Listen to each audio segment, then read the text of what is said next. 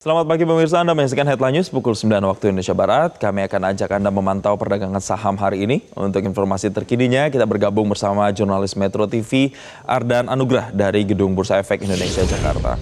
Selamat pagi, Ardan, seperti apa pantauan perdagangan saham hari ini? Ya, Jason, sejumlah analis pasar saham memprediksi bahwa indeks harga saham gabungan hari ini akan kembali melanjutkan tren penguatannya pasca kemarin. IHSG juga ditutup menguat sebesar 2,75% ke level 7.303. Dan tentunya penguatan IHSG ini tidak lepas dari pengaruh sentimen global, yakni adanya penurunan tensi geopolitik yang berada di Timur Tengah dan juga rebound terhadap sejumlah indeks yang berada di regional, khususnya yang berada di Asia. Dan untuk mengetahui bagaimana pergerakan IHSG setelah dibuka pukul 9 tadi, kita akan pantau langsung, Jason, melalui papan Bursa Efek Indonesia. Di mana tadi IHSG dibuka tepat pukul 9, berada di level 7.313. Dan saat ini IHSG bergerak di zona hijau, berada di level 7.314 dan mengalami penguatan sekitar 0,21% atau setara dengan 13 basis poin. Dan hingga saat ini setidaknya sudah ada 637.000 nilai transaksi yang sudah terjadi.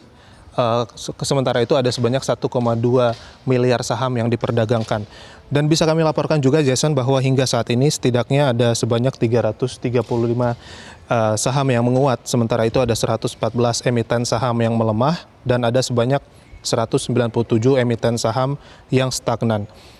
Mengutip laporan dari Mirai Aset Sekuritas, Jason, bahwa penguatan indeks global kali ini dipengaruhi oleh sentimen positif dari adanya laporan bahwa Amerika Serikat ini sudah melayangkan 15 poin kepada Iran terkait dengan upaya gencatan senjata ataupun juga upaya pengakhiran perang di Timur Tengah. Meskipun Iran juga menetapkan standar yang cukup tinggi, yakni meminta adanya jaminan internasional terkait dengan otoritas di Selat Hormuz, namun laporan ini tentunya memberikan sentimen positif terhadap upaya untuk adanya deeskalasi perang di Timur Tengah dan juga upaya untuk bisa membuat saham ataupun juga indeks di regional maupun juga secara global ini kembali positif.